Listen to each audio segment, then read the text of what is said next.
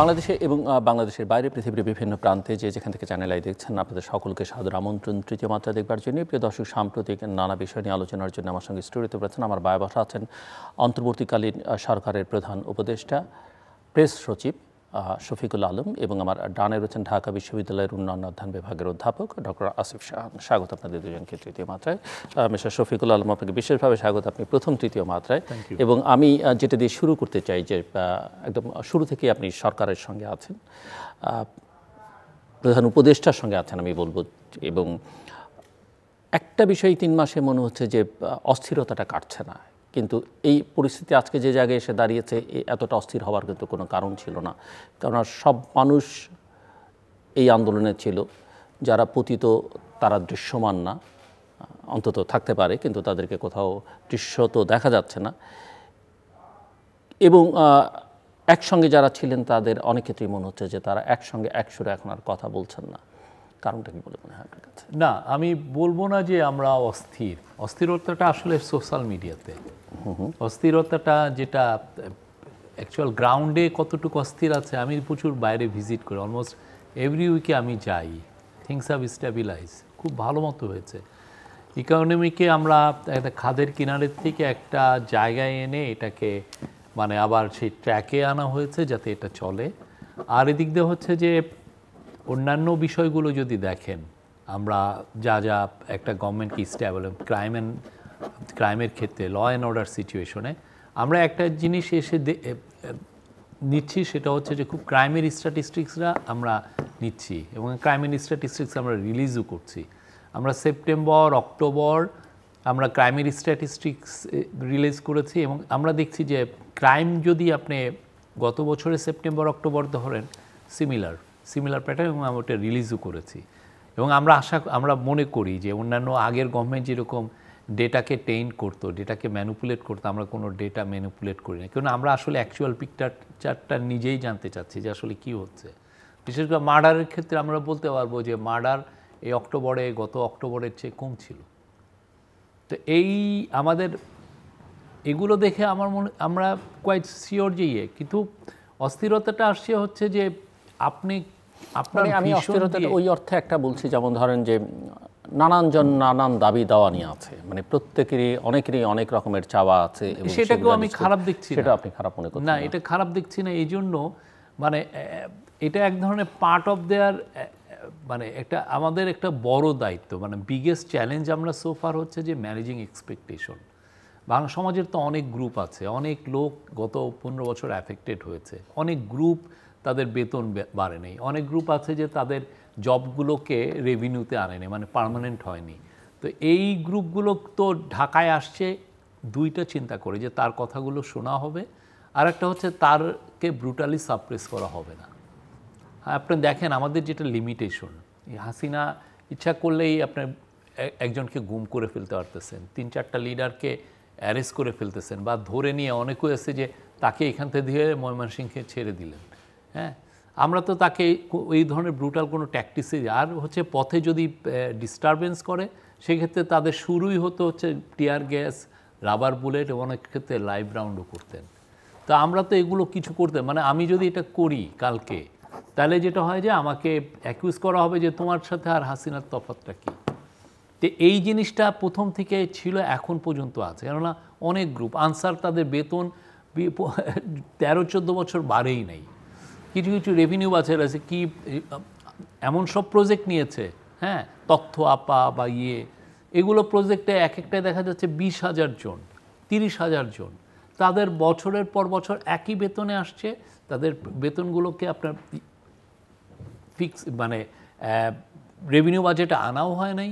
তো এগুলো তো আমাদের প্রতিদিনের ব্যাপার, মানে এটা আপনারা হয়তো অনেক মানে যারা শহরবাসী তারা অ্যাফেক্টেড হচ্ছেন, ট্রাফিকের অন্তত বড় রকমের ইম্প্যাক্ট হচ্ছে, আমরা এটা দেখছি। কিন্তু কথা হচ্ছে যে আমাদের এখানে অ্যাজ এ পোস্ট ম্যাস আপরাইজিংয়ের গভর্নমেন্ট হিসেবে বা একটা রেভলিউশনারি গভর্নমেন্ট হিসাবে আমি কতদূর করতে পারবো, আমার লিমিটেশনটা আপনার দেখতে হবে। সেই জায়গার থেকে অনেকে ভাবছেন যে এই গভর্নমেন্টের বুঝি কন্ট্রোলটা কম, তারা বুঝি কন্ট্রোলটা নিতে পারছে না। আমি বলবো কন্ট্রোল একদম সুপার কন্ট্রোল আছে, কিন্তু এইখানে হচ্ছে যে আমি কি ব্রুটাল ট্যাকটিক্সে যাব, আমি কি যাব না।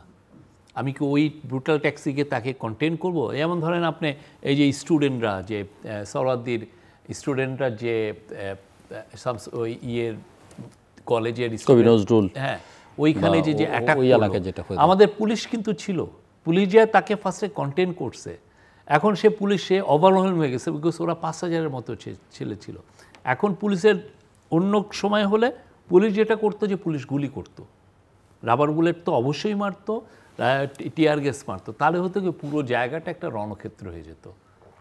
এই রণক্ষেত্রের জায়গায় আপনি তখন কি করবেন? আমাদের পুরো ফুটে যেত যে ইউনূস সরকার স্টুডেন্টদের উপরে গুলি চালিয়েছে। এই যে আমরা যে এই যে ম্যানেজিং যে এক্সপেকটেশন, হ্যাঁ, এই জায়গাটা সত্যিকার অর্থে অনেকে এটা বুঝতে চাচ্ছে না। কিন্তু এই জায়গাটা সত্যিকার অর্থে আমরা এই জায়গাটায় আমরা একটা মোরাল চয়েসের দিকে আছি। আমার মোরালটা কী হতে হবে? এবং এই ক্ষেত্রে পলিটিক্যাল পার্টিগুলোও যে আমাকে খুব ভালোভাবে ব্যাকিং দিচ্ছে তাও না, কেন সে এই দোষটা তো সে তার ঘাড়ে নিবে না। এখানে একটা আমি প্রফেসর আসিফ শাহনের কাছে যাওয়ার আগে আপনি যে বিষয় নিয়ে কথা বলছিলেন এই বিষয়ে আর একটু ডিটেলে আমি পরে যাব। তার আগে আপনি যেটা বলছিলেন যে আপনার একটা অন্তর্বর্তীকালীন সরকার, একটা পোস্ট মাস আফসার্জের সরকার, এবং আমরা আসলে কি করতে পারি আমি যদি ভুল না বুঝে থাকি। এখন অনেকের মধ্যে প্রশ্ন হচ্ছে যে সরকারটা আসলে কতদিনের? সংবিধান অনুযায়ী নির্বাচিত সরকার 5 বছরের। আপনাদের দিক থেকে এখন পর্যন্ত ধারণা দেখানো, যেটা নানান মাধ্যমে অভিযোগ করা হয় যে আসলে কতদিন? আপনি বেশি সময় থাকতে চাইলে সেটা পরিষ্কার করেন, কম থাকতে চাইলে পরিষ্কার করেন, এবং যে কারণে আপনি বলছেন যে পলিটিক্যাল পার্টিগুলো আসলে সহযোগিতা করতে চাইছে না, তাদের মধ্যে কোনো ওই বিষয় ওভারঅল তাদের মধ্যেও একটা কনফিউশন আছে কি না, যে ওরা এই জায়গাটায় অন্তত আমরা কিভাবে ক্রাউড কন্ট্রোল করব, আমি কি ব্রুটাল হব? আমাদের তো স্ট্যান্ডার্ড যে প্রোটোকলটা যেটা, সেটা হচ্ছে আপনি লাঠিচার্জ দিয়ে শুরু করবেন, আপনি তাকে ফার্স্টে বুঝাবেন, সে না বুঝলে আপনি লাঠিচার্জ করবেন, সে যদি অনেক লোক হয় রায়োটিং করে আপনি ডিসপার্স করার জন্য। সেকেন্ড চয়েস হচ্ছে আপনি টিয়ার গ্যাস মারবেন বা আপনি গরম পানি মারবেন, তারপরে যে হচ্ছে আরেকটু আপনি হাই লেভেলে যে পেলেট মারবেন বা রাবার বুলেট মারবেন, এবং সে কিছু কিছু ক্ষেত্রে আপনার যেটা হয় যে পুরো আপনি গুলি করবেন।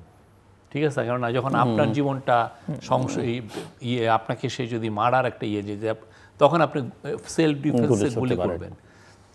তা আমরা তো ওই জায়গাটায় ওই ক্রাউড কন্ট্রোলের বিষয়ে আমরা বাট অন্যান্য আপনি যেটা বললেন যে ইলেকশনের ক্ষেত্রে এই জায়গায় প্রফেসর ইউনূসের কথা হচ্ছে যে আমি যদি আজকে ডেটটা দেই এটা একটা অসততা হবে, এক ধরনের অসততা। এই জন্য আমরা বলছি যে 31 তারিখের মধ্যে আমরা 6টা মেজর কমিশনের রিপোর্টগুলো পাবো। এই রিপোর্টগুলো নিয়ে বিশেষ করে মেন যে ইয়েটা হচ্ছে কনস্টিটিউশনাল রিফর্ম, জুডিশিয়াল রিফর্ম, পুলিশের রিফর্ম আর ইলেকশন রিফর্ম, এগুলো আপনি কিভাবে করবেন, এই রিফর্মের আপনি কতটুকু আপনি নিবেন, পার্টিগুলো কতটুক নিবে, এটার উপর ডিপেন্ড করতেছে আমরা ইলেকশনটা কবে দিব। আমাদের মূল ম্যান্ডেটটা আমরা ধরে নিচ্ছি, কারণ আমরা দেখেছি পুরো আমাদের যে স্টুডেন্টরা তাদের ওয়ালে ওয়ালে লিখে দিয়েছে মূল ম্যান্ডেট হচ্ছে রাষ্ট্র মেরামত।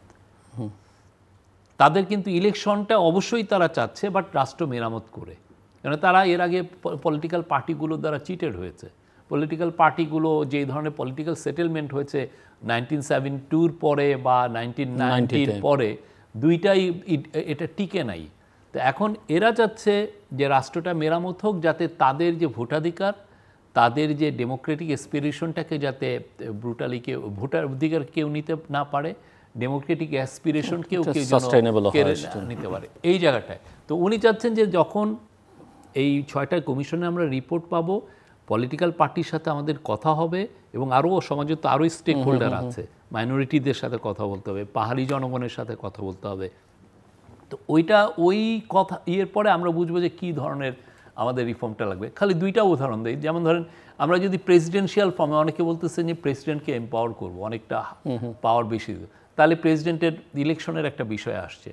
তো এই প্রেসিডেন্টের ইলেকশনটা আপনি কখন দিবেন, বা আপনি যদি অনেকে দ্বিকক্ষ বিশিষ্ট সেটার ক্ষেত্রেও আপনার মানে টাইমের একটা বিষয় আছে। আবার অনেকে কেউ খুবই ফ্রিঞ্জ গ্রুপ বলছেন যে 300 আসন না 500 আসনে যাই। 500 আসন করা মানে হচ্ছে ডিমার্কেশন করা। তো এই জন্য উনি এখন দিচ্ছেন না, মানে অস্থির হওয়ার কিছু নাই, বাট উনি যখনই ইলেকশনে মানে এই রিফর্মগুলোর ব্যাপারে আমাদের ব্রডার একটা কনসেনসাস তৈরি হবে, এবং আমরা বুঝবো যে আমরা এতদিন ডেলিভার তখন উনি এটা অ্যানাউন্স করবেন। আমি আসবো আবার আপনার কাছে প্রফেসর ডক্টর আসিফ শাহান, আপনি কিভাবে দেখছেন? বিশেষ করে আমি সামাজিক, রাজনৈতিক এবং অর্থনীতি তিনটাই অস্থিরতা একদিকে আছে, আবার একার্থে মিস্টার শফিকুল আলম যেটা বলছেন সেটাও ঠিক, যে অস্থিরতাটা অনেক বেশি আসলে সামাজিক যোগাযোগ মাধ্যমে হয়তো দৃশ্যমান, তো বাস্তবে আসলে কি দেখা যাচ্ছে? না, অনেক ধন্যবাদ। আমি দুটো জায়গা থেকে শুরু করি। প্রথম কথা হচ্ছে যে বক্তব্যটা একটা জিনিস মানে খুব গুরুত্বপূর্ণ, সেটা বোঝার জন্য যে ডিফিকাল্টিস বা যে ট্রাবলটার মধ্য দিয়ে বর্তমান অন্তর্বর্তীকালীন সরকারকে যেতে হচ্ছে। কারণ আপনার সরকার আপনি যখন চালাবেন তো আপনার একটা ইনস্টিটিউশন লাগবে, আপনার ইনস্টিটিউশনাল ফ্রেমওয়ার্ক লাগবে, যেটা হচ্ছে কি আপনাকে সাপোর্ট দিচ্ছে। সেটা ব্যুরোক্রেসি থেকে আসবে, পুলিশ থেকে আসবে, একটা ভঙ্গুর জায়গা থেকে হচ্ছে গিয়ে শুরু করতে হচ্ছে, সেটা সত্যি কথা।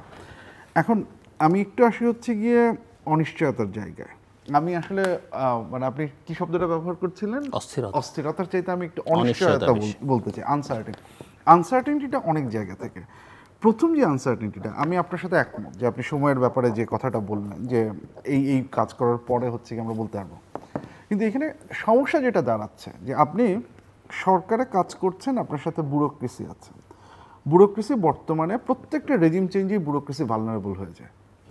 এই ব্যুরোক্রেসি অ্যাবসলিউটলি ভালনারেবল। সে আসলে তো পলিটিসাইজেশন একটা প্রসেসের মধ্য দিয়ে গেছে এবং এখন বেসিক্যালি সে আরও ভালনারেবল, এবং তার আসলে একটা নিশ্চয়তা দরকার, তার একটা পার্মানেন্ট পার্মানেন্ট হচ্ছে কি একটা মাস্টার দরকার। এখন ব্যুরোক্রেসি যদি হচ্ছে অনিশ্চয়তা একটা অবস্থায় থাকে যে এই সরকার আসলে কতদিন থাকবে, যদি এটা 2 মাস থাকে, 3 মাস থাকে, 4 মাস থাকে, 5 মাস থাকে, তাহলে এর সাথে আমার খুব বেশি হচ্ছে গিয়ে সম্পর্কে জড়ানোর দরকার নেই। বিরোধিতার দরকার নেই, কারণ হচ্ছে যে আমি যদি এখন খুব বেশি জড়িয়ে যাই তাহলে নতুন যে সরকার ক্ষমতায় আসবে তার জন্য আমার কাছে সাফার করতে হতে পারে। সো এই অনিশ্চয়তাটা একটা সমস্যা তৈরি করে। দ্বিতীয়ত যে কথাটা হচ্ছে গিয়ে আপনি ইকোনমিক দিক থেকে দেখেন, আপনার ব্যক্তিগত অভিজ্ঞতা সেটার প্রতি আমি সম্মান রেখেই বলছি। কিছু কিছু সার্ভে ডাটা আমরা যখন একটু জেনারেল ইস্যুতে দেখছি, BRAC institute of commerce and development বিভিন্ন সার্ভে করেছে, নর্থ সাউথে করেছে, প্রথম দিকে এক্সপেকটেশনটা ছিল ভয়াবহ লেভেলের হাই। ওটা স্বাভাবিক, কারণ আমরা একটা ভঙ্গুর ইস্যু থেকে সেটা চলেছি। তারপরে যেটা ফল করবে সেটাও স্বাভাবিক, কারণ মানুষজন যখন দেখবে। কিন্তু রাজনীতিতে যেটা হয় অনেক সময় না, এই যে ডেটা আমার গত বছর এই ছিল, এই বছর এই হয়েছে, সংখ্যা একই রকম আছে, বা এইটার সংখ্যা কমেছে, এইটা বেড়েছে, এইটা যেটা অনেক বেশি না পারসেপশনটা ম্যাটার করে।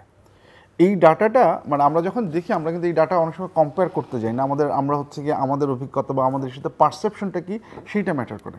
কারণ পারসেপশনের জায়গা থেকে বিভিন্ন সমীক্ষা, কিছু আমি খুব সরাসরি বলতে পারছি না, সমীক্ষাগুলো বের হবে আর কিছুদিনের মধ্যে, যেটা দেখাচ্ছে হচ্ছে গিয়ে অর্থনৈতিক দিক থেকে দেশ ঠিক ডিরেকশনে যাচ্ছে কিনা সেটার সংখ্যাটা প্রথম সেপ্টেম্বরের দিকে যত ছিল তার চেয়ে বেশ খানিকটা কমেছে, বেশ খানিকটা। মানে এই ড্রপটা আমার মনে হয় চিন্তিত হওয়ার মতো। রাজনৈতিক দিক থেকে দেশ সেটা কমেছে, কিন্তু সেটা একটা অবস্থার মধ্যে আছে যে সেটাকে আপনি ম্যানেজ করতে পারেন। এই কথাগুলো কেন বলছি? কারণ হচ্ছে যে আমি একমত যে আমরা সংস্কার করতে চাই, আমি একমত যে ছাত্রদের প্রধান দাবি হচ্ছে এইটা, এবং এইটা একটা অপরচুনিটি, এবং আমি এটাও বলতে চাই যে রাজনৈতিক দলগুলোর হাতে যদি শেষ পর্যন্ত ক্ষমতা যায় তাহলে যে সংস্কারের কথা আমরা বলছি সেটা হবে না, একদম আমি সরাসরি বলে দিচ্ছি, সেটার সম্ভাবনা খুব কম। তাহলে এটা আমাকে এই সময়ের মধ্যে করতে হবে। এখন এই সময়ের মধ্যে যদি করতে হয় তাহলে সরকারকে লেজিটিমেসি মেনটেন করতে হবে। এই সরকারের লেজিটিমেসি আসছে কোথা থেকে? ছাত্রদের কথা বলা হচ্ছে, বাট লেজিটিমেসির আরেকটা জায়গাতে আসতেছে জনগণের অ্যাপ্রুভাল থেকে। জনগণের অ্যাপ্রুভাল যত স্ট্রং হবে, যত থাকবে, তত সরকারের লেজিটিমেসি বাড়বে, তত হচ্ছে গিয়ে তার রিফর্ম করার ক্ষমতা বাড়বে, রিফর্ম করার পসিবিলিটি বাড়বে। সেই অ্যাপ্রুভাল যদি হচ্ছে গিয়ে নামতে থাকে তাহলে কিন্তু সরকারের উইকনেস দেখা যাবে, এবং একই সাথে হচ্ছে গিয়ে রিফর্ম করার পসিবিলিটি হচ্ছে গিয়ে কমে যাবে। তাহলে এই যে অনিশ্চয়তাটা, আমি বুঝতে পারছি যে আমি বলতে পারছি না যে এক্স্যাক্টলি কত তারিখে এইটা হবে। আমি ঠিক জানি না এটা বলা সম্ভব কি না যে আমরা আগামী লেটস সে জাস্ট কথার কথা যে 3 বছর থেকে 4 বছর এই সময়সীমার মধ্যে, আমি জাস্ট একটা উদাহরণ বলছি, সেটা যে এই সময় হতে হবে তা না। বা একটা তো আইডিয়া দেওয়া হয়েছে যে আমরা কমিশনের রিপোর্টগুলো নিয়ে বসবো, এবং বসার পরে সেখানে দ্বিমত হবে, তাহলে সেই দ্বিমত মেশানোর জন্য হয়তো 1 বছর, তারপরে হয়তো আরও অন্যান্য কাজগুলোর জন্য 2 বছর বা 3, এরকম যদি একটা রাফ আইডিয়াও দেওয়া হয়, যদি হচ্ছে গিয়ে ব্যুরোক্রেসিকে অ্যাটলিস্ট এইটুক আস্থা দেওয়া হয় যে বাবারে আমরা এত সহজে যাচ্ছি না, জিনিসটা এরকম না যে হচ্ছে গিয়ে কাজগুলো শেষ না করে আমরা চলে যাব, আমরা আছি, so you have to work with me. এই একই আস্থাটা যদি আপনি ব্যবসায়ীদের দেন যে আমরা আছি একটা সময়ের জন্য এবং আমরা একটা স্টেবিলিটি এনশিওর করতে যাচ্ছি, সো তুমি ইনভেস্ট করো, তো ভয় পেয়ে হচ্ছে দূরে সরার দরকার নেই। আমরা ল অ্যান্ড অর্ডারটাকে হচ্ছে গিয়ে মেনটেন করার চেষ্টা করছি, আমরা অনেক দূর সামনে নিয়ে এসেছি, করব, এবং এটা আমরা দীর্ঘমেয়াদে করছি। জিনিসটা এরকম না যে 6 মাস পরে হচ্ছে গিয়ে আমরা সরে যাচ্ছি। যেটা হচ্ছে যে অনেক সময় কিছু বক্তব্য আসে না, এই বক্তব্যগুলো একটু শঙ্কিত করে দেয়। যে আমরা এরকম বক্তব্য শুনেছি যে উপদেষ্টা মণ্ডলীর মধ্যে কেউ কেউ চাচ্ছেন না যত তাড়াতাড়ি সম্ভব দিয়ে চলে যেতে যাচ্ছেন। এই যে মেসেজগুলো, আমার মনে হয় এই মেসেজিংয়ের ক্ষেত্রেও বোধহয় একটু সতর্কতা অবলম্বন করা দরকার, যে আমরা হচ্ছে গিয়ে আসলে এক্স্যাক্টলি কি বলতে চাচ্ছি। কারণ এটা যখন হয় তখন হচ্ছে গিয়ে বাকিদের মধ্য থেকে একটা হচ্ছে গিয়ে সমস্যার তৈরি হয়। সো এইটা হচ্ছে গিয়ে আমার মনে হয় খুব ইম্পর্টেন্ট একটা ব্যাপার, মেসেজিংয়ের জায়গাটা। দ্বিতীয় হচ্ছে গিয়ে যেটা বললাম, এবং আরেকটা জিনিস, আরেকটা কথা যেটা বলতে যাচ্ছি, এই অনিশ্চয়তায় গভর্নমেন্ট অনেক কিছু করতে চাচ্ছে বা পারছে না, যে কথাটা উনি বললেন সেটার সাথে আমি একমত। কিন্তু গভর্নমেন্টের কিছু বেসিক রেসপন্সিবিলিটি আছে, তাকে জনগণের নিরাপত্তা দেওয়ার জায়গাটা, এই জায়গাটাতে হচ্ছে গিয়ে গভর্নমেন্টের কিছু ক্ষেত্রে খুব স্টার্ন অ্যাকশন নিতে হয়।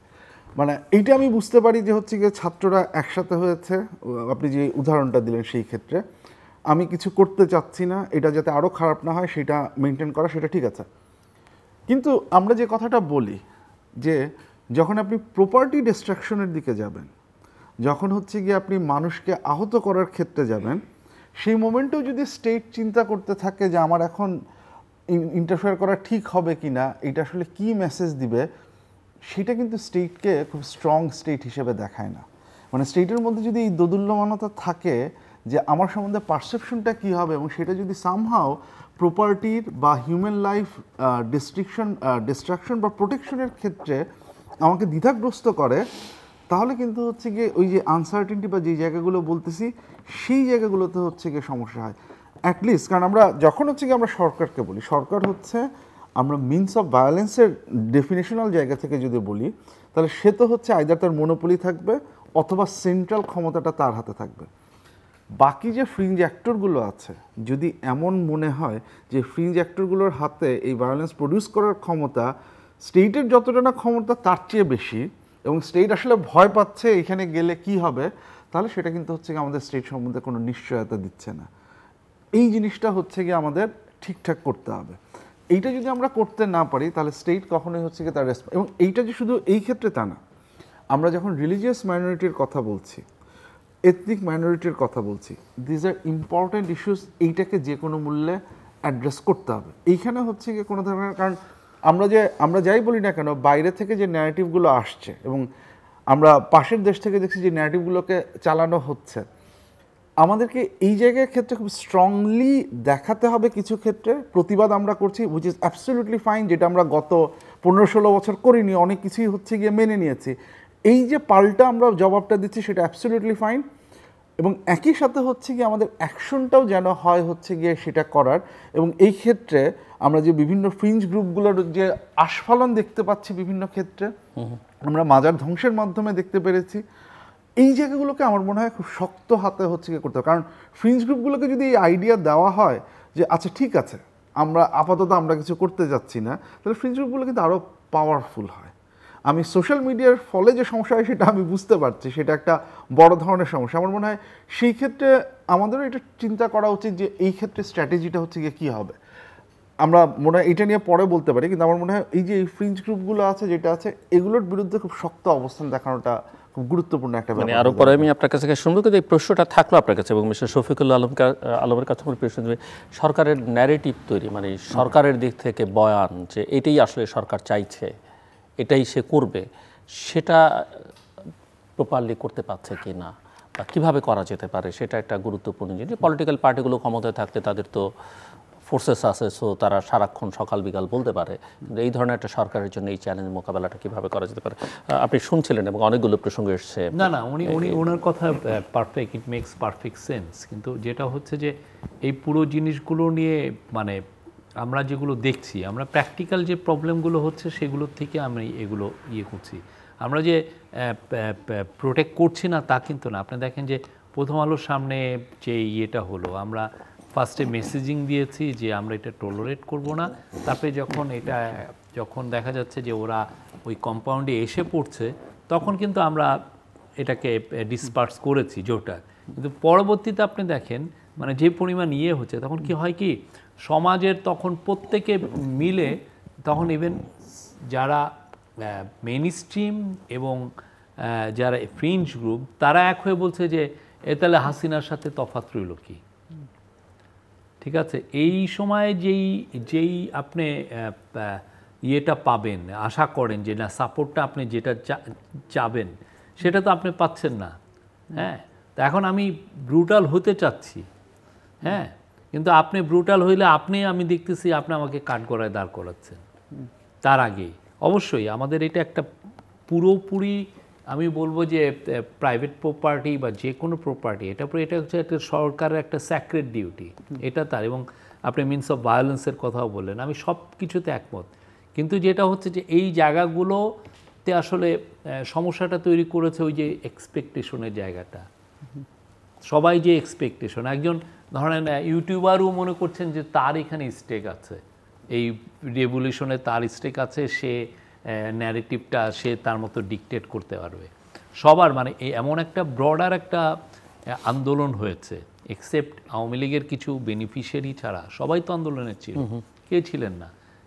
তো ফলে হয়েছে কি সবার মধ্যে যে এক্সপেকটেশন এই জায়গাটা আমরা করছি, আমরা চেষ্টা করছি। আমরা অবভিয়াসলি অনেকগুলোতে আমরা কিছু কিছু ক্ষেত্রে আর কিছু কিছু জিনিস হয় কি যে আমাদের মানে এক্সট্রা অর্ডিনারি একটা টাইমও গেছে। আপনি দেখেন বাংলাদেশের 1947-এর পরে, আমি সেই পাকিস্তানের আমল থেকেই বলি, এমন কোনো সময় হয়েছে যে পুলিশ ছিল না, আপনার টানা প্রায় 1.5-2 সপ্তাহ পুলিশ ছিল না, এরকম কোনো সময় গেছে? ওই সময় যে এইটা পুরো টোটাল একটা সোসাইটি যে একটা যে তারা যে ডিসেন্ড করে নাই একটা টোটাল ক্যাওসে, আমি যে আমাকে কি যে কেউ এসে যে স্লটার করছে না, আমি যে আরেক গ্রুপ যে এইখানে যে লুটিং করছে না, আমাদের সোসাইটির যে ইনার স্ট্রেংথটা সেই সময় আমরা দেখেছি বা সবাই মিলে আমরা রেসপন্সিবলি অ্যাক্ট করেছি। তারপরে ধরেন মানে ফ্রি কিছু কি যেন বন্যা, এ ধরনের বন্যা তো আমরা জীবনে দেখি নাই। আপনি দেখেন আপনার লিভিং মেমোরিতে আমরা নোয়াখালী, লক্ষ্মীপুর ওই সাইডটা মানে মেঘনা নদীর ওই পাশের সাইডে, হ্যাঁ, আমরা তো বন্যা দেখি নাই, বা ময়মনসিংহ, শেরপুরে। তো এই ঘটনাগুলো মানে এমন একটা ঘটনাবহুল 4 মাস গেছে, তো ফলে মানুষ হচ্ছে কি কন্টিনিউয়াস আপনার প্রতিদিন কিছু না কিছু হচ্ছে। তাহলে মানুষের হচ্ছে কি নার্ভাস সিস্টেমে যে আমার মনে হচ্ছে যে এটা হচ্ছে। বাট সোফার আমি মনে করব যে এই গভর্নমেন্টের একটা ব্রিলিয়ান্ট একটা কাজ হচ্ছে, এরা স্মুথ একটা ট্রানজিশন করতে পুরো সোসাইটিকে নিয়ে। আপনি যদি ধরেন এই আমাদের এই যে কিছু তো রিভেঞ্জ কিলিং হয়েছে, এটা যদি ম্যাসিভ স্কেলে হতো, ধরেন একটা যেটা ওবায়দুল কাদের বলেছে যে লক্ষ লক্ষ লোক মারা যাবে, ওইটা হলে আমাদের সোসাইটি চিরতরে ডুমড হয়ে যেত। কারণ আপনি তখন রিকনসিলিয়েশনের কোনো আপনি পথই রাখতে পারতেন না। এই জায়গাগুলো কিন্তু আমরা আমাদের তরফ থেকে যেটা করা আমরা করেছি সেটা হচ্ছে স্মুথ একটা ট্রানজিশন হয়েছে, ইকোনমিক রিকভারি আমরা করেছি, তারপরে একটা ট্রায়ালের মধ্যে নিয়ে আসা যে আমরা একটা জাস্টিস অ্যান্ড অ্যাকাউন্টেবিলিটির জায়গাটা তৈরি করার চেষ্টা করেছি। তারপরে যেটা আমরা করেছি যে ম্যাসিভ আমরা গ্লোবাল একটা সাপোর্ট আমরা পেয়েছি পুরো ইয়ের থেকে। এই 4 মাসে আপনি এটা আনপ্রেসিডেন্টেড একটা সাপোর্ট, সবাই চাচ্ছে আমাদের পাশে দাঁড়াতে। এবং আমরা যেটা করেছি সেটা হচ্ছে যে পুরো জনগণকে নিয়ে জনগণকে আমরা একটা রিফর্মের একটা রোড ম্যাপের আমরা এই কাজগুলো করতে চাচ্ছি। এখন টাইমিংটা হয়তো বা তারা কেউ ভাবছে যে আপনি দেখেন ভিওএর যে সার্ভে সেখানে কিন্তু বলছে যে 66% চাচ্ছেন যে রিফর্ম শেষ করে ইলেকশনটা দিক।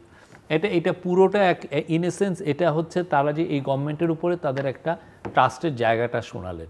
আর যেগুলো কি রিফর্ম মানে ওই যে 6টা যেটা কি রিফর্ম, যেটা constitution, election, police, judiciary, civil administration, সেই ক্ষেত্রে আপনি দেখেন জনগণের সাপোর্ট 92% অ্যান্ড অ্যাবাভ।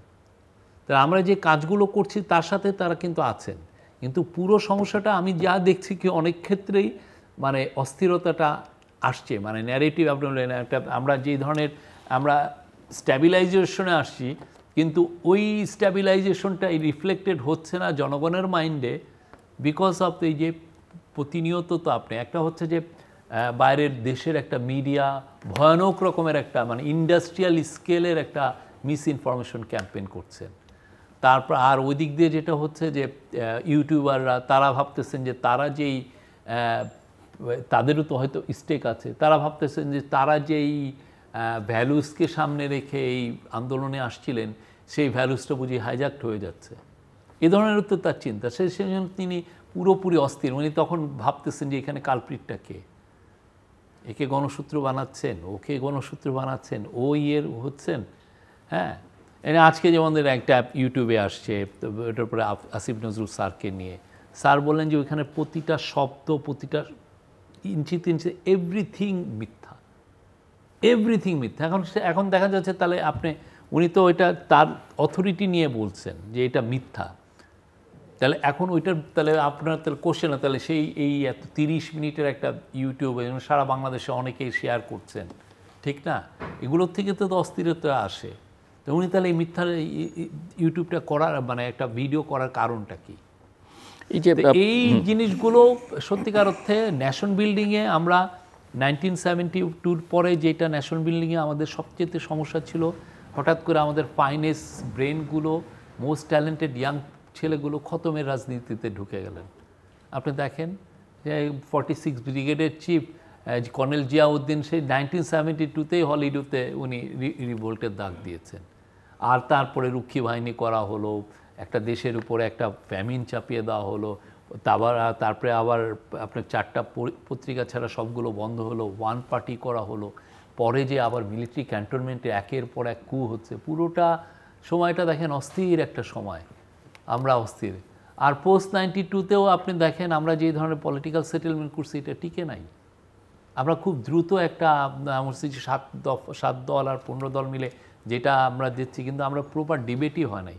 বাট এখন এসে আমরা চেষ্টা করছি, সব মিলে আমরা চেষ্টা করছি 2024 যাতে ব্যর্থ না হয়। এই ব্যর্থ না হওয়ার জন্য যেই উপাদানগুলো লাগবে সোসাইটিতে, তাকে আসলে পুরোপুরি এক ধরনের একটা প্রশ্নবিদ্ধ করছে হচ্ছে ইউটিউবাররা এবং সোশ্যাল মিডিয়া। অস্থিরতা নিয়ে আসতেছে, একটা রেস্টলেসনেস তারা তৈরি করছে, যার ফলে আপনার প্রপার ডিবেটটাই অনেক ক্ষেত্রে হাইজ্যাক হয়ে যাচ্ছে। কয়েকটা প্রসঙ্গে যেমন মব জাস্টিস একটা প্রবণতা আমরা দেখছি, সেটা নিয়ে এক ধরনের নানা রকমের প্রশ্ন আছে। প্রফেসর আসিফ সাহান অর্থনীতিতে বা ব্যবসা বাণিজ্যের ক্ষেত্রে আস্থার একটা প্রশ্ন তুললেন, যে আস্থার একটা সংকট তৈরি হচ্ছে নানা কারণে। সেটা অ্যাডমিনিস্ট্রেশনের উদাহরণ উনি টেনেছেন, যেটা অনেকে বলে ওই যে রোড ম্যাপটা দেখতে পাই না, গোলটা কি সেটা বুঝতে পারি না। তো সেই সব বিবেচনা থেকে আপনারা কীভাবে এটা হ্যান্ডেল করছেন বলে আপনি মনে করেন? ন্যারেটিভসের কথা আপনি বলেছেন, প্রতিবেশী দেশের বা এই যে সংখ্যালঘু সম্প্রদায়ের উপরে যে আক্রমণ বা তাদের যে নিরাপত্তাহীনতা, এই জায়গাটাতেও আসলে সরকারের দিক থেকে চেষ্টাটা কি? আমি তো মনে করি যে সংখ্যালঘুর ক্ষেত্রে এটা ইন্ডাস্ট্রিয়াল স্কেলের একটা মিস ইনফরমেশন ছড়ানো হচ্ছে। আমরা যেটা করেছি, আপনি দেখেছেন স্যার দুইবার ঢাকেশ্বরী মন্দিরে গিয়েছেন, তাদের সাথে কথা বলেছেন, তাদের হিউম্যান রাইটসের ব্যাপারে আমরা সর্বক্ষণ বলেছি। দুর্গাপূজার সময় দেখেছেন যে কী ধরনের সিকিউরিটি এনশিওর করা হয়েছে। প্লাস আপনি এই যেই লয়ারটা মারা গেলেন, হ্যাঁ, চিন্ময়কান্তি, হ্যাঁ, ওনার অনুসারীরা তো আমরা দেখছি যে তারা এই মার্ডারের সাথে জড়িত, সোফার সাসপেক্ট হিসেবে তাদের আইডেন্টিফাই হয়েছে। কিন্তু এরপরও ক্ষেত্রে আপনি দেখেন খুব ম্যাসিভ কি ভায়োলেন্স হয়েছে, যেটা হয়েছে সেটাকে সত্যিকার অর্থে খুব এক্সাজারেট করা হয়েছে, আনবিলিভেবল। এটা আমি জানি না, এটা একটা আমাদের এখন প্রশ্ন হচ্ছে যে এটা তো একটা বড় চ্যালেঞ্জ হয়ে দাঁড়িয়েছে বাংলাদেশে। ভেস্টেড ইন্টারেস্ট আছে এখানে। আমরা এই জন্য যেটা করেছি, আমরা নিউ ইয়র্ক টাইমসকে বলেছিলাম, ওয়াশিংটন, আমি যাদেরকে চিনি সবাইকে বলেছি যে দেখো, আমি যদি হিন্দু বৌদ্ধ খ্রিস্টান যেই রিপোর্টটা করেছে, এটা যদি আমি কমব্যাট করতে যাই, আমি যদি এটাকে ডিবাঙ্ক করতে যাই, তাহলে আমাকে বলবো যে তোমারটা এটা ঠিক হয়েছে, বা তুমি জোর করে এক্সট্রাক্ট করেছো তার থেকে কনফিউশন যে না আমার এটা হয় নাই। আমি তাদেরকে, এবং আমি দেশীয় পত্রিকাকেও আমি চাচ্ছি না যে তারা এটা, আমি বলছি যে নিউট্রাল যেটা আরবিট্রার বা হিউম্যান রাইটস ওয়াচ তারা এসে দেখুক। আমরা বলছি যে কিছু ভায়োলেন্স হয়েছে, কিন্তু বেশিরভাগ ক্ষেত্রে এই ভায়োলেন্সটা আসলে আপনি কি এটাকে রিলিজিয়াস মোটিভেশন ছিল নাকি পলিটিক্যাল ছিল, বা এই ভায়োলেন্সটা আগেকার সময়গুলোর চাইতে বেশি কিনা? তারপরে নেত্র যেটা ইয়ে করেছে, আপনি দেখেন নেত্র খুবই একটা সেকুলার একটা ওয়েবসাইট, ওরা 9টা প্রত্যেকটা ডেথকে তারা ভিজিট করে দেখেছে যে প্রত্যেকটার মধ্যেই সমস্যা। এটাকে আপনি বলতে পারবেন না রিলিজিয়াস ভায়োলেন্স।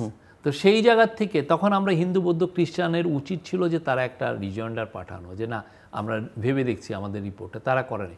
সবচেয়ে বড় কথা, ওরা দেখেন এই যে 9 জনের মৃত্যু নিয়ে যেভাবে এটাকে তো হাইলাইট করছে, অথচ জুলাইয়ের প্রথম সপ্তাহে রিপোর্ট দিয়েছে হিন্দু বৌদ্ধ খ্রিস্টান কাউন্সিল যে তার আগের যে অর্থ বছর, মানে জুলাই 2023 থেকে জুন 2024 পর্যন্ত যে অর্থ বছর, সে অর্থ বছরের 45টা আপনি সার্চ দিলেই পাবেন মাইনরিটি মারা গেছেন। Huge number. Not a single story from Indian news paper, not a single story. আপনি কোনো নিউজ পেপারে কোনো স্টোরি পাবেন না। Not a single story in Indian TV station, not a single statement from Indian external affairs ministry. একই group কিন্তু করেছে হিন্দু বৌদ্ধ খ্রিস্টান, এবং 45 নটে আপনি দেখেন, আপনি যদি সার্চ দেন ওটার বাংলাটা আছে, হ্যাঁ, ওইটাও আমি মনে করি ফ্লড রিপোর্ট। ওরা যে রিপোর্টে যেভাবে কারেল করে, খুবই মানে ফ্লিমজি কাজ করে ওরা ওই জার্নালিস্টিক রিগর বা হিউম্যান রাইটসের গ্রুপগুলো যেভাবে রিগর মেনটেন করে সেটার ধারে কাছেও যায় না। কিন্তু কথা হচ্ছে পুরোটাই তো এখন মনে হচ্ছে যে মোটিভেটেড। তো এই জায়গাগুলোকে সত্যিকার অর্থে আমরা যেভাবে দিচ্ছি, আর যখনই আমরা স্টেট ওয়াইজে এটা যদি খুব ম্যাসিভলি আমরা যদি কমব্যাট করতে যাই এটা, তখন আবার অন্যান্যরা রেগে যাবেন যে আমরা মাইনরিটিদেরকে এক ধরনের বুলিং করছি, তার উপরে রিপ্রেসিভ কিছু ট্যাকটিক্স ইম্পোজ করছি। প্রফেসর। না ধন্যবাদ। কয়েকটা জিনিস মানে আমার কাছে না, মানে অনেস্টলি, আর সরি একটা ইকোনমির কথা বললেন, ইকোনমিক ডেটা কিন্তু বলতেছে economy has made a turn around. আমরা প্রতিনিয়ত অলমোস্ট এভরিডে আমরা চিটাং পোর্টের ডেটা নিচ্ছি, ওইটা শোজ দ্যাট আমাদের শিপিং অ্যারাইভাল, শিপিং ডিপারচার এবং শিপিংয়ের টার্ন অ্যারাউন্ড ম্যাক্রো ডাটা সেটা, রাইট? মাইক্রো ইকোনমি এক্সপোর্টের ক্ষেত্রে আমরা দেখছি এক্সপোর্টের জুলাইয়ের মাসে সেপ্টেম্বরের ফিগার ছিল নিয়ারলি 7% গ্রোথ, আর অক্টোবরে আমাদের গ্রোথ হচ্ছে 21% গ্রোথ। না সেটাও তো ইস্যু, মানে সিটিজেনের কাছে পৌঁছানো, এবং সেটার ইস্যুর ক্ষেত্রে আপনাদের ডাটা কি বলতেছে? কি ধরেন in terms of real time inflation, in terms of হচ্ছে গিয়ে সিটিজেনের কোপিং বা ভালনারেবিলিটি বিভিন্ন, না এটা আমরা মনে করছি না ম্যাসিভ চেঞ্জ হয়েছে ইনফ্লেশনের ক্ষেত্রে। না, but do you have data, এইটার ডাটা বা এরকম কোনো কিছু কি আপনাদের কাছে আছে? না থাকলেও যেটা হচ্ছে যে অস্থিরতা, তো কিন্তু আমাদের রিয়েল টাইমে যেটা ইকোনমিক অ্যাক্টিভিটিসের যে ডেটা, সেটা তো শো করছে যে ইকোনমিক টার্ন অ্যারাউন্ড করেছে, কিন্তু ওই পর্যন্ত যাচ্ছে কিনা সেটা এখন আপনি যদি পারসেপশনটা যদি ওইটা মানুষজনকে কন্টিনিউয়াস বাইরের থেকে বলে যে না তোমার ইকোনমি ঠিক নাই, কিন্তু আমরা তো দেখছি যে আমার ডেটা বলছে ইকোনমি ইজ রাইট ট্র্যাক। আপনার এক্সপোর্টের 21% গ্রোথ ইজ ম্যাসিভ গ্রোথ। তারপরে হচ্ছে গিভেন দ্য সিচুয়েশন, মানে আমরা যেটা ইনহেরিট করেছি সেই জায়গায় এটাকে করে, এবং যেখানে অলমোস্ট ডেইলি কিছু লোকালাইজ আনরেস্ট হয়েছে, 2-3টা ফ্যাক্টরি ওনাররা চলে গেছে। একটা বিষয় যে ছোট করে, মানে বাংলাদেশের ডেটা নিয়ে উনি তো ডেটা নিয়ে আমাদের ডেটা সেজন্য প্রশ্ন করছি যে ওই ডেটাতে আমি প্রশ্ন তুলছি না, ওই ডাটার অথেন্টিসিটি নেই, কিন্তু আমি যেটা বলতে চাচ্ছি, আমিও প্রশ্ন তুলতে চাইছি না, কিন্তু ডেটা নিয়ে প্রশ্ন আমাদের সমাজে রাষ্ট্রে দীর্ঘকালের আছে। আমার ওই ডাটাতে বিশ্বাস, সেই জায়গায় কতটা আপনারা নিশ্চিত করতে পারছেন? আমরা এই জায়গায় দেখেন, আমরা আগের গভর্নমেন্টকে বলছি যে সে ডেটা ম্যানিপুলেট করছে, কারণ আমি ইন্টারিম গভর্নমেন্ট হয়ে যদি আমি নিজে এই কাজটা করি, তাহলে তো আমার মোরাল কোনো লেজিটিমেসি থাকে না। না আমার ওইটা নিয়ে কোনো সমস্যা, আমি এটার ব্যাপারে ওনার সাথে একমত, কিন্তু আমার প্রশ্নটা যেটা হচ্ছে, আমার প্রশ্নটা হচ্ছে ওই জায়গায় যে আমার এক্সপোর্ট বেড়েছে, খুব ভালো কথা, কিন্তু দেন আমার হচ্ছে গিয়ে যখন মাইক্রো লেভেলে, ইন্ডিভিজুয়াল লেভেলে বা হাউজহোল্ড লেভেলে এটার ইম্প্যাক্টটা কি পড়ছে, এই ডাটাটা আমরা আছে কিনা, এই ডাটাটা আমরা কালেক্ট করছি কিনা, এইটা আমাকে কি দেখাচ্ছে। It's not about just perception. আমি বলতেছি হাউজহোল্ড লেভেলে হচ্ছে গিয়ে আপনার এক্সপেন্ডিচার প্যাটার্নে, কনজামশন প্যাটার্নে আমি হচ্ছে গিয়ে কী ধরনের চেঞ্জ দেখতেছি, সেটা যা ছিল সেটাই এসেছে, এই ধরনের ডাটা আছে কিনা বা এই ধরনের ডাটা কালেক্ট করছি কিনা আমি ওইটা জানতে চাচ্ছিলাম আর কি। কারণ that will provide a better picture. ওই ধরনের ডেটা আমরা সাধারণত বাংলাদেশে কালেক্ট হয়ই না তেমন একটা। না কিন্তু দেয়ার আর ওয়েজ যেখানে আপনারা আমরা এই ক্ষেত্রে যেটা হয় যে গভর্নমেন্টের ইকোনমিক পারফরমেন্স কেমন, ওগুলোর ক্ষেত্রেও অপিনিয়ন পোলগুলো থাকে, ওগুলো মোটেও খুব খারাপ হয়েছে আমি দেখি না। আচ্ছা, when we are talking about inflation বা ইনভেস্টমেন্ট হচ্ছে গিয়ে কি হয়েছে, এটা কিন্তু সবসময় ওপিনিয়ন বেস না, তাই না? এটা তো হচ্ছে কি অনেক সময় আমরা ফ্যাকচুয়াল ফিগারের বিষয় আমরা দেখতে পারি। একটা জিনিস যেটা আমাদের অবশ্যই বলতে হবে সেটা হচ্ছে জিনিসপত্রের দাম কিছু কিছু ক্ষেত্রে বেড়েছে এবং ওইটা অনেককে মানে তাদের ইকোনমির যে কনফিডেন্সের সেটাকে ইরোড করেছে, সেটা আমরা অস্বীকার করছি না, সেটা হয়েছে। এবং কিছু কিছু ক্ষেত্রে আপনি দেখেন যে 12% পর্যন্ত উঠছে ফুড ইনফ্লেশনের data, which is a real. আমি ওটাই বলছি যে ওই ধরনের ডেটাগুলো হচ্ছে ওভারঅল যেইটা আমরা ভয় পাচ্ছিলাম যে ধরনের গার্মেন্টসের প্রোটেস্ট হচ্ছে, গার্মেন্টসের মালিকরা একটা ডুমস্টে সিনারিওর কথা বলতেছিলেন, তারা বলছিলেন যে বাংলাদেশের সব অর্ডার চলে যাচ্ছে ভিয়েতনাম বা ইন্ডিয়া বা পাকিস্তানে। সেটার তো ডেটা ভিজিবল, ওই ডেটা তো আপনাদের কাছে আছে না, ওইটা আমরা দেখছি। সেজন্য যেটা হচ্ছে যে আমরা প্রতিদিন প্রায় 2-3 দিন পর পরই দেখছি যে কি অবস্থা, কোনো ডিসরাপশন আমরা দেখছি কিনা, সেটা তো হচ্ছে না। সো ঠিক আমার পয়েন্টটা ছিল ওইটা যে আমাদের হচ্ছে গিয়ে ওই ধরনের ডাটাটাও লাগবে। ম্যাক্রো লেভেলে অনেক কিছু হলো, কারণ ম্যাক্রোর ভালোর গল্প কিন্তু আমরা আগেও শুনেছি, যেটা অনেক সময় হচ্ছে গিয়ে মাইক্রোতে সেটার রিফ্লেকশন আমরা অনেক সময় দেখিনি। সো ওইটা প্রত্যেকটা গভর্নমেন্টেরই আমার মনে হয় ইন ফিউচার এটা নিয়ে সতর্ক থাকা উচিত, ইনক্লুডিং দিস গভর্নমেন্ট অফকোর্স। সেই জায়গা থেকে দ্বিতীয় যেই জিনিসটা যে আমরা একটা জিনিস আমার কাছে যেটা মনে হচ্ছে যে সরকার একটু দ্বিধার মধ্যে আছে, যেটা বেশি মনে হচ্ছে যে দ্বিধা আমি এই অর্থে বলছি যে একদিকে হচ্ছে গিয়ে there is a certain sense of commitment individual রাইটসের ক্ষেত্রে, কমিটমেন্ট টু আমাদের হচ্ছে গিয়ে মাইনরিটি যে গ্রুপটা আছে তাদের প্রোটেকশনের ক্ষেত্রে, এই একটা সার্টেন কমিটমেন্ট আমরা দেখতে পাচ্ছি। আবার সেই কমিটমেন্টটা রক্ষা করতে গিয়ে কঠোর হওয়ার ক্ষেত্রে আমার মনে হয় ওই সন্দেহ বা ওই ভয়টা, যেটা সোশ্যাল মিডিয়ার কারণে হতে পারে, যেটা ইউটিউবারদের কারণে হতে পারে, যে কোনো কারণেই হোক, ওই ভয়টা হচ্ছে আমি আসলে কতখানি যাব। আমার মনে হয় এই ন্যারেটিভটা এবং এই জায়গাটাতে এইটা এই উইকনেসটা না আসলে শুনতেও খুব ভালো লাগছে না বা দেখতেও হচ্ছে গিয়ে সবসময় ভালো লাগে না। আমরা যে এই যে ন্যারেটিভ বিল্ডিংয়ের কথা বলতেছি, এই যে এই ন্যারেটিভটা এই জায়গাটাতে যে আমরা আজকে এই যে ইউটিউবার বা যারা আছেন যাদের নিয়ে হচ্ছে গিয়ে আমরা কথা বলতেছি, ইনাদের সাথে পার্থক্যের জায়গাটা কোথায়, এই জিনিসটা যদি খুব স্পষ্ট হয় যে যখন হচ্ছে গিয়ে অধিকারের কোয়েশ্চেন আসে, যখন রাইটসের কোয়েশ্চেন আছে, যখন মত প্রকাশের অধিকারের কোয়েশ্চেন আসে, মানে যে অধিকারগুলো নিয়ে হচ্ছে গিয়ে 15-16 বছর হচ্ছে গিয়ে লড়তে, এই জায়গাটাতে এই সরকার কোনো ধরনের ছাড় দিবে না, দ্যাটস একদম গিভেন। তাহলে ওইখান থেকে ইউটিউবার বা ওইখান থেকে মানে আমার রাইটের বাউন্ডারিটা আমি সেট করে দিচ্ছি।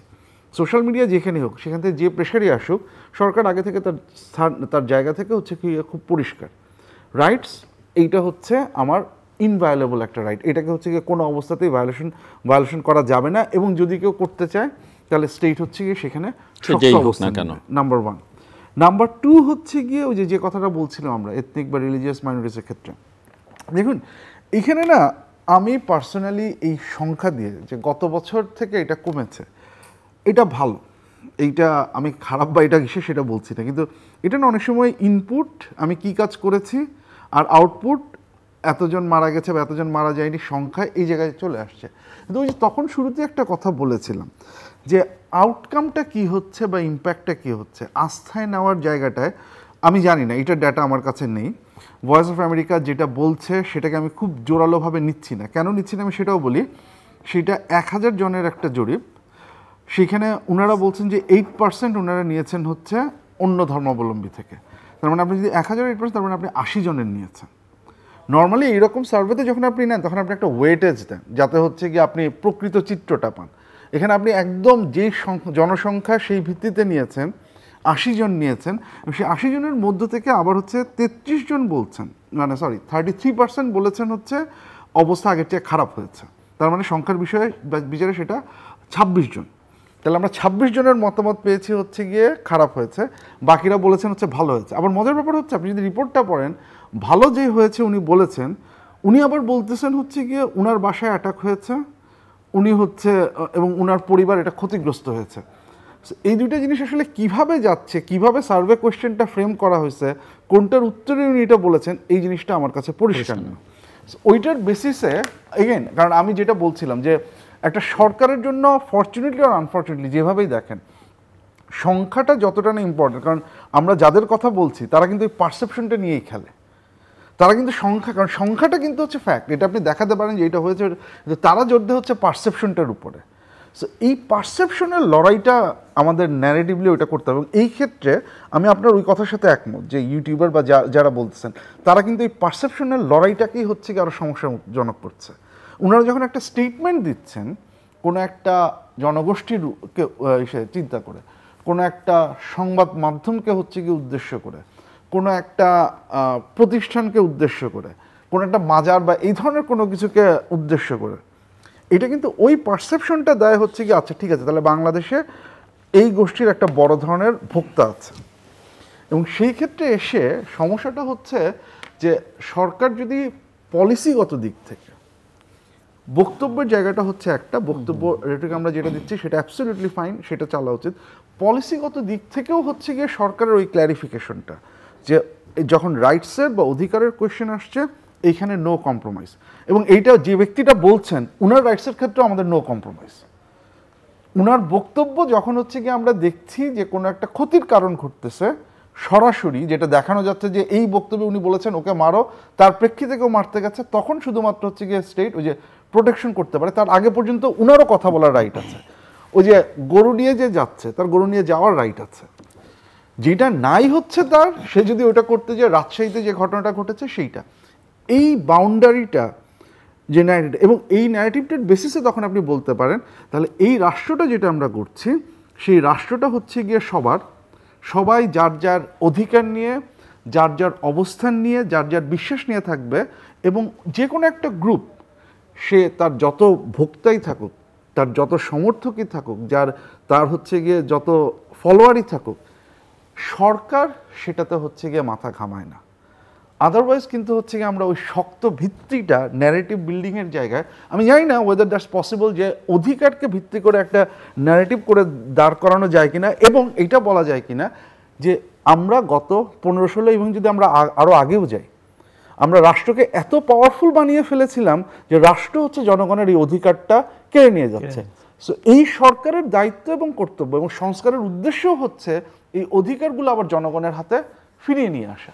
তো সেইটার উপর ভিত্তি করে হচ্ছে আমি জাস্ট একটু ছোট্ট করে আপনার কাছ থেকে শুনতে চাই যে সংস্কার কতগুলো কমিশন করা হচ্ছে, 6টা একদম খুবই গুরুত্বের সঙ্গে প্রথমে যে 6টা কমিশন করা হলো, আপনি কি মনে করেন যে এই সংস্কার কমিশনগুলোর পারফরমেন্স বা তারা যে প্রস্তাবনা দিবে সেটা কিভাবে ইমপ্লিমেন্ট করা হবে, মানে এই সংস্কারের ভবিষ্যৎ কি? আচ্ছা, এর মধ্যে তো নানা রকমের বিতর্ক আছে, নির্বাচন আগে না, সংস্কার আগে, আগের সরকারের মতো উন্নয়ন আগে না, গণতন্ত্র আগে, সেই রকম নানান প্রশ্ন আছে। কিন্তু যেটা আপনি যথার্থ বলেছেন এবং মিস্টার আলমও যেটা বলছিলেন যে মানুষ আসলে পলিটিশিয়ানরা তো পলিটিক্যাল পার্টিগুলো সেই অর্থে করেনি, যে কারণে আস্থার তাদের উপর একটা বড় সংকট আছে। আবার একটা অন্তর্বর্তীকালীন সরকার কতটা করতে পারবে, আর সংস্কার তো একটা continuous process, never ending process, সব মিলে, এবং এর মধ্যে কনস্টিটিউশনের ইস্যুটা আছে। আপনার জন্য এই প্রশ্নটা থাকলো যে ইলেকশন কমিশনে একটা সংস্কার হয়েছে, অনেকেই আমার এই অনুষ্ঠানে আলোচনা করবার চেষ্টা করছেন তাহলে ইলেকশন কমিশনটা কিছুদিন পরে করলে কি হতো। জুডিশিয়াল কমিশন করা হয়েছে, সেখানে এই যে হাইকোর্ট বিভাগে বিচারপতি কিছুদিন পরে নিয়োগ দিলে বা তাদের সঙ্গে আলোচনার ভিত্তিতে করলে কি হতো। কনস্টিটিউশন রিফর্মস নিয়ে অনেক কথা হচ্ছে, এটা রিরাইট করবার কথা বলা হচ্ছে, অ্যামেন্ডমেন্টের আলোচনা আছে। আবার অনেকে বলছেন যে সরকারের থাকা লোকজনই যখন বলে দিচ্ছেন যে এই হবে, কেউ অবশ্যই সরকার প্রধান নন, এটা ভবিষ্যতে এটা করতে হবে, ওটা করতে হবে, এটা বাদ দিতে হবে, তখন এগুলো অনেকে মনে করছেন যে এগুলো তো পলিটিক্যালি মোটিভেটেড কিনা, এইসব নানান রকমের প্রশ্ন উঠতে শুরু করেছে। এটাকে আপনি কিভাবে অ্যাড্রেস করবেন বা এটাকে ফাইট আমি করবেন? দুইভাবে দেখি। প্রথম কথা হচ্ছে গিয়ে আমরা যদি এই সরকারকে ধরে নিই বা এই সরকার প্রধানও যেভাবে ধরেছেন সেটা হচ্ছে বিপ্লব পরবর্তী গণ অভ্যুত্থান পরবর্তী একটা সরকার, যে গণ অভ্যুত্থানের যে স্পিরিট বা যে আকাঙ্ক্ষা সেটাকে ধারণ করেছে। যদি সেটা ধরে নিই তাহলে আমার মনে হয় না যে উপদেষ্টাদের কেউ বা কেউ যদি হচ্ছে গিয়ে সেই আকাঙ্ক্ষা থেকে কনস্টিটিউশনের কোনো কিছু চেঞ্জ করার কথা বলেন, আমি ব্যক্তিগতভাবে খুব একটা সমস্যা সেখানে দেখি না, আনলেস অ্যান্ড আনটিল উনি সরাসরি ডিকটেট করছেন। এখন সেই যে স্পিরিটের জায়গাটা সেইখানে হচ্ছে কি আপনার এই সংস্কার, এখন সংস্কারটা আসলে সংস্কার মানে কি, সংস্কারকে আমরা ডিফাইন করছি কিভাবে, সংস্কার যখন আমরা বলছি সংস্কারের সংজ্ঞাটা কি, এটা কি হচ্ছে গিয়ে, কারণ এইখানে কিন্তু কারণ দেখেন সবাই বলছেন আমরা সংস্কার চাই, যে বিরোধী দল বলছে যে আমরা দ্রুত নির্বাচন চাই, ইনিও সংস্কার চান। এখন উনার যে সংস্কার এবং হচ্ছে গিয়ে এই ইন্টারিম গভর্নমেন্টের যে সংস্কার, এটার মধ্যে তো একটা মোটা দাগে পার্থক্য আছে। পার্থক্যটা হচ্ছে খুব পরিষ্কার, যে ওনারা চাচ্ছেন হচ্ছে গিয়ে যে কনস্টিটিউশনে কতগুলো চেঞ্জ আনবেন, যেগুলো ওনারা যে 31 দফা এবং পরে 62 দফায় ওনারা বলেছেন, যেখানে রাষ্ট্রপতি এবং প্রধানমন্ত্রীর পাওয়ার ভারসাম্য এরকম বিষয়, যেটা অস্পষ্ট, যে জিনিসটা কিন্তু আসেনি, কিন্তু যেটা ছাত্রদের কাছ থেকে এসেছে। আমরা এই সিস্টেমেটিক চেঞ্জগুলো করলাম, কিন্তু তাতে কি ভবিষ্যতে আরেকজন ফ্যাসিস্ট, আরেকজন অথরিটেরিয়ান সরকার এরকম তৈরি হওয়ার সম্ভাবনা থাকবে কি থাকবে না? এখন আপনি যদি দেখেন যে বিএনপির যে প্রস্তাবগুলো বা অন্যান্য দলগুলোর যে প্রস্তাবগুলো, সেগুলো কিন্তু এক বাক্যের প্রস্তাব, দ্বিকক্ষ বিশিষ্ট করতে হবে। আচ্ছা করলাম, ওনাদের কথা শুনলাম, এখন দ্বিকক্ষ বিশিষ্ট উচ্চ কক্ষে যিনি থাকবেন তার সাথে নিম্নকক্ষে যিনি থাকবেন তার কি পাওয়ারের কোনো ভারসাম্য থাকবে? এ ব্যাপারে খুব সুস্পষ্ট বক্তব্য আমরা পাচ্ছি না। নির্বাচন কিভাবে হবে এরকম কিছু পাচ্ছি না। এই জায়গাটায় বরং হচ্ছে গিয়ে যে অন্তর্বর্তীকালীন সরকার যে স্পিরিটটা নিয়ে দাঁড়িয়ে আছে, যে আমরা এই সিস্টেমটাকে হচ্ছে গিয়ে চেঞ্জ করতে চাই, যেটা বলা হয়েছে যে আইডেন্টিটির যে কোয়েশ্চেনটা রিকনসাইল করা যায়নি দীর্ঘ সময়েও, সেই প্রশ্নটাকে আবার হচ্ছে গিয়ে সামনে নিয়ে এখন এই জিনিসপত্রগুলো নিয়ে আলোচনা হওয়া দরকার। প্রবলেম যেটা হচ্ছে এই সংস্কার ইস্যুগুলোতে আমি যে সমস্যাটা দেখছি, এবং আপনি হয়তো এটার উত্তর দিতে পারবেন, যে আমরা আলোচনাটা রাজনৈতিক দলগুলোর সাথে রেখেছি পরে। এখন নির্বাচন এই কমিশনগুলো রিপোর্ট দিল, রিপোর্টগুলো নিয়ে হচ্ছে কি আমরা রাজনৈতিক দলের সাথে বসলাম, রাজনৈতিক দলগুলো একমত হলো না, তারা বলল যে না এটা লাগবে না।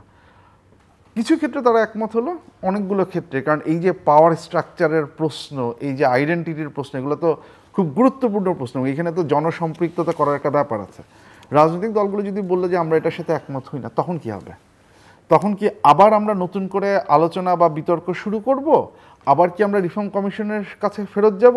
নাকি হচ্ছে কি আচ্ছা ঠিক আছে থাক, যতটুকুতে আমরা ঐকমত্যে পৌঁছাতে পেরেছি আমরা ততটুকুই করব?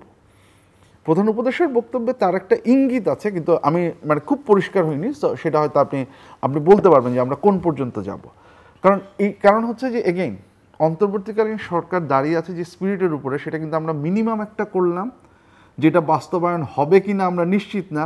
কারণ অতীতে আমরা দেখেছি যে 2008 সরকারও কিন্তু অনেক রিফর্মের প্রতিশ্রুতি দিয়েই এসেছে, এবং আসার পরে যে কাজটা হয়েছে, আমাদের তত্ত্বাবধায়ক সরকার বাতিল হয়েছে এবং ক্ষমতা পাকাপোক্ত হয়েছে। সেই একই জিনিস আবার হবে কি না আমরা তো নিশ্চিত না, কারণ যারাই আসুক তাদের অতীত রেকর্ড তো ভালো বলে না। তাহলে এইটাকে পার্মানেন্টলি রাখার অবস্থা কি? সরকারের মাথায় কি কোনো প্ল্যান আছে?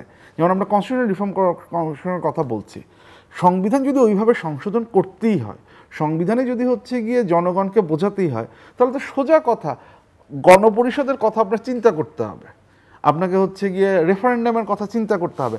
এখন সরকার কি ওই পর্যন্ত যেতে প্রস্তুত, নাকি পুরো জিনিসটা সংস্কারটা হচ্ছে গিয়ে একটা ছোট্ট জায়গায় এসে থেমে যাবে? এই প্রশ্নটা কিন্তু পরিষ্কার হচ্ছে না। জি মিস্টার শফিকুল আলম। না, এই প্রশ্নটার উত্তরটা আসলে আমি যদি আগের থেকেই বলি তাহলে আমিও আসলে জানি না। আমাদের যেটা হচ্ছে যে আমি যখন কনসালটেশনগুলো হবে তখনই আমরা বুঝবো যে আসলে কতটুকু মানে কোথায় আমাদের আসলে কনসেনসাসটা হচ্ছে। সেটা হচ্ছে কি জিনিস হচ্ছে কনসেনসাস, এটা একটা কনসেনসাসের উপরে আমরা বুঝবো যে আসলে আমরা কার কার ভয়েসটা কী কী। এবং আপনি বললেন যে খুব ভাইটাল একটা ইস্যু আইডেন্টিটির ইস্যুগুলো, বা এগুলো কীভাবে অ্যাড্রেস হচ্ছে, বা অ্যাড্রেস হলেও কেন আমরা দৃশ্যত মনে হচ্ছে যে আমরা খুবই একটা ওয়ান এথনিক গ্রুপ, একটা রিলিজিয়াস গ্রুপের একটা দেশ, কিন্তু আমাদের মধ্যে তো লেয়ার অফ অনেক ডাইভার্সিটি আছে। তো সেই জায়গাগুলো কিভাবে অ্যাড্রেস হবে, বা অনেক দিন ধরেই আপনার সিএইচটি ওরা বলছে, পাহাড়ি লোকরা বলছে, বা ইভেন হিন্দুরা বলছে, আপনি হিন্দুরা হয়তো বা 8-9-10% হয়তো বা, কিন্তু আপনি যদি ইয়েতে যান সংখ্যায় যদি দেখেন তাদের সংখ্যা তো অনেক, 1.5 কোটির মতো। তো এই পুরো জিনিস মানে একটা বড় দেশের এত জনগণ থাকে না। তো এই পুরো জিনিসগুলো নিয়ে আমরা আসলে সবাই মিলে বসে এটা হবে। কিন্তু আমি আশাবাদী এই জন্য, অনেকগুলো ভালো ঘটনা ঘটেছে সেই জন্য আমি আশাবাদী। প্রথম আশাবাদী হচ্ছে যে এই যে বাঞ্চ অফ ইয়াং রেভলিউশনারি আসলো, দে আর গুড পিপল, দে আর স্মার্টেস্ট। আমি মনে করি আমরা যতগুলো আমরা তো অনেকগুলো অনেক ইয়াং, আমরা 90-এর জেনারেশন পেয়েছি, 71-এর জেনারেশন পেয়েছি, 60s-এর 62-র আন্দোলনের সময় আমরা একটা জেনারেশন পেয়েছি। আমরা পুরো জেনারেশন যেগুলো পেয়েছি আমি মনে করি this is the very smartest generation. আর ওরা এই যে সমস্যাগুলো যে তৈরি হবে সেটার ব্যাপারে কিন্তু ওরা ওয়াকিবহাল। এটা হচ্ছে একটা। দ্বিতীয় হচ্ছে যে extra ordinary amount of debate কিন্তু হচ্ছে। এই ডিবেটটা আমাদের আপনি 72-র পরে দেখেন, আমি তো জনপরিসরে হচ্ছে বলে না, জনপরিসর তো এটাই তো জনপরিসর। আপনি সোশ্যাল মিডিয়ার মধ্যে কি সীমাবদ্ধ না, আপনি পত্রিকাগুলো লেখা দেখেন, আচ্ছা ওকে, আপনি সেমিনারগুলো দেখেন। আজকেও আমি একটা সেমিনারে ছিলাম, প্রতিদিন 3-4টা এরকম সেমিনার হচ্ছে, কথাবার্তাগুলো হচ্ছে। প্লাস হচ্ছে এটা হলো দ্বিতীয়। তৃতীয় হচ্ছে যে পলিটিক্যাল পার্টিগুলোর মধ্যে একটা সিরিয়াসনেস আসছে। তারা কিন্তু এই যে বিএনপি 31 দফা করার আগে কিন্তু অনেক ধাপ তারা নিজেরাও কথা বলে আসছে। তারপরে হচ্ছে যে আপনার এই পুরো জিনিসগুলো নিয়ে আমরা কোথায় যাব, বা একটা পলিটিক্যাল পার্টি আসলে আমি কি প্রবলেমে পড়ব, উইক। কেননা আমি যদি রিফর্ম ঠিক না করতে পারি আমার ইনস্টিটিউশনগুলো উইক হবে, আর ইনস্টিটিউশন উইক হলে একটা বিগার ম্যান্ডেট পেয়ে যে কোনো একটা পার্টি এসে পুরো রিফর্মগুলোকে রোল ব্যাক করতে পারে, ঠিক না? ইটস কোয়াইট একটা সার্টেন একটা জিনিস। তো সেই জায়গায় আমাদের শক্তির জায়গা হচ্ছে যে আমরা ভয়কে জয় করে এসেছি। স্টুডেন্টরা কেউ বলেন যে দেখেন আমরা কিন্তু হাসিনার মতো ব্রুটাল ডিকটেটরকে নামিয়ে আসছি, আরেকজন যদি ডিকটেটর হতে চান don't worry, will see it. So আমরা এই জন্য আমার মনে হয় যে আশা হারার অবস্থা হয়নি আমাদের, বাট আমরা চাই যে ডিবেটগুলোর জন্য অনেস্ট ডিবেট হোক, সবার কনসার্নগুলোই আসুক। ও একদমই মাইনরিটি, ওর কথাগুলো যত সে যদি এই পুরো ডিবেট থেকে সরে যে না বলতে পারে যে তুমি আমার কথায় আসোই নেই, এইটা জন্য না হয়, অনেস্ট হলে এবং এটা যদি ঠিক থাকে। এই জন্যই আসলে মানে রেস্টলেসনেসটা আমাদের এইখানেই কমাতে হবে। আমরা বিগার কাজে ফোকাসটা করি, এটা একটা আমাদের জন্য একটা বিশাল একটা অপরচুনিটি। আপনি দেখেন আমি ইয়ের উপরে আমেরিকান কনস্টিটিউশন বা ওই সময়কের যে যে ডিবেটগুলো হয়েছে, হ্যাঁ, তো ওই সময় আপনি ধরেন এই যে Madison, Alexander Hamilton, John Jay বা টমাস জেফারসনরা যেই ডিবেট করছেন, সেই ডিবেটের এতই ম্যাচুরিটি ছিল যে পুরো একটা দেশকে 250 বছর একটা পলিটিক্যাল সিস্টেম। অবশ্য ওরা একটা মেজর পিটফল হচ্ছে ওরা এটা অ্যাড্রেসই করে নাই, slavery, that's a different thing. ওই সময় স্লেভারি কেউ পাপু মনে করতো না, হ্যাঁ। তো ওই 250 বছর টিকে গেছে ওদের পলিটিক্যাল সেটেলমেন্ট, স্টিল স্ট্রং, যে ইনস্টিটিউশনগুলো ওরা বিল্ড আপ করছেন। হ্যাঁ, আমরা ওই জায়গাটায় যেতে চাই, আমাদের অ্যাসপিরেশনটা ওইখানে। শেষের দিকে জাস্ট ক্লোজিং রিমার্কস 1-1.5 মিনিট করে প্রফেসর আসিফ সাহেব। না, আমি যে আশাবাদ বা যে আশার কথা বলা আছে সেটার সাথে আমি একমত, এবং আমি ওই পয়েন্টটা খুব এগ্রি করি যে ইনস্টিটিউশন স্ট্রাকচারটা এরকম দাঁড় করানো উচিত। মানে যে কথাটা একটু আগে বলা হলো, ট্রাম্প পপুলিস্ট লিডার, ট্রাম্পের হচ্ছে কি আমরা 2016 থেকে 2020 দেখেছি, ওনার বক্তব্য কী ছিল সেটা দেখেছি। কিন্তু আপনি যদি দেখেন যে ট্রাম্প যা প্রতিশ্রুতি দিয়েছিলেন, যা চালানোর কথা, সেটা অনেক কিছু উনি করতে পারেননি। উনি ওবামাকে আর বাদ দিতে চেয়েছিলেন, বাদ দিতে পারেননি। এটা এমন না যে ওনার পক্ষে সমর্থন ছিল না, কিন্তু যেটা বলা হয় যে আমেরিকান কনস্টিটিউশন সিস্টেমটাকে এমনভাবে দাঁড় করানো হয়েছে যে অনেক সময় ট্রাম্পের কথা মাথায় রেখেই দাঁড় করানো হয়েছে যে এরকম কেউ যদি আসে তাহলে আমরা তাকে কিভাবে ঠেকাতে পারবো। আমার মনে হয় যে এই থেকে যদি এই শিক্ষাটা আমরা নেই, আমরা 2024-এ এসে যে ভবিষ্যতেও এরকম একটা কিছু হতে পারে, সেটা যদি না হয় সেটা ঠেকানোর উপায়টা কি? সেটার একটা দিক হচ্ছে আদর্শিক দিকটা, ফিলোসফিক্যাল দিকটা, যেখানে আইডেন্টিটির কোয়েশ্চেনটা আছে, আরেকটা দিক হচ্ছে রাইটস, কিছু ইনভ্যালুয়েবল রাইটসগুলোকে আইডেন্টিফাই করে রাখা, পাওয়ার স্ট্রাকচারের কোয়েশ্চেনগুলো, এই জিনিসপত্রগুলোকে হচ্ছে কি আমাদের খুব সুস্পষ্টভাবে আমরা সেই পথে আছি। কিন্তু এই যে মাঝখানে যেই নয়েজগুলো আসছে, এই নয়েজগুলোকে আটকানতে যদি আমরা না পারি এবং একটা ওই যে ন্যারেটিভের কথা যেটা বলছি সেটা যদি এস্টাবলিশ করতে না পারি, তাহলে কিন্তু আশাটা আবারও নিরাশায় পরিণত হবে। সেটা না হোক, সেটাই হচ্ছে গিয়ে খুব ছোট করে যদি না, আমি নয়েজগুলো আটকানোর দায়িত্ব সবার। আমরা একটা দেশ ন্যাশন বিল্ডিংয়ে আছি, আপনি যদি একটা শুধুমাত্র ইন্টারিম গভর্নমেন্টের উপর ছেড়ে দেন যে ওনারা এই নয়েজ এই ইয়েটা বন্ধ করবেন, এখানে এমন একটা প্রসেসে আমরা সবাইকে চাই, পলিটিক্যাল পার্টিগুলো সবাইকে, অনেকগুলো তো কোশ্চেন আছে আপনার, এই কোশ্চেনগুলো আপনি সমাজের ট্রুথ অ্যান্ড রিকনসিলিয়েশনের কথাও একসময় আপনার পারতে হবে, যখন ইয়েটা হবে, ট্রায়ালগুলো হয়ে যাবে যারা এই হত্যাকাণ্ডে জড়িত ছিল বা গুমে। তা আপনাদের সমাজে আপনি যে পলিটিক্যাল সেটেলমেন্ট যেখানে সবাইরে এমব্রেস করবেন, বা আইডেন্টিটির প্রশ্ন বা রাইটসের প্রশ্ন, অনেক অনেক কোশ্চেন আসবে, সামনে আসবে আরও কঠিন প্রশ্ন। আমরা ওইটার জন্য আমার মনে হয় প্রিপারেশনটা নেওয়া উচিত না। উনি প্রতিদিন এসে ওই যে উনি আঁকে স্কিম করছেন বা এইখানে এই লোকটাকে, যেটা হচ্ছে আমরা যেটা ফিল করছি যে ওনাকে এই সেক্রেটারিতে এই লোককে দেওয়ার কারণে আমাদের রিফর্মটা হাইজ্যাক হয়ে যাচ্ছে, বা একে এই প্রশ্নটা কেন দেওয়া হলো। এই যে মানে আমরা ডে টু ডে ফায়ার ফাইটিংয়ে যদি প্রতিদিন আমরা ব্যস্ত থাকি, তাহলে তো আমরা লং টার্ম ভিশনটা তো আমার তো ক্লাউডেড হয়ে যাবে, আমি তো ব্লাইন্ড হয়ে যাব।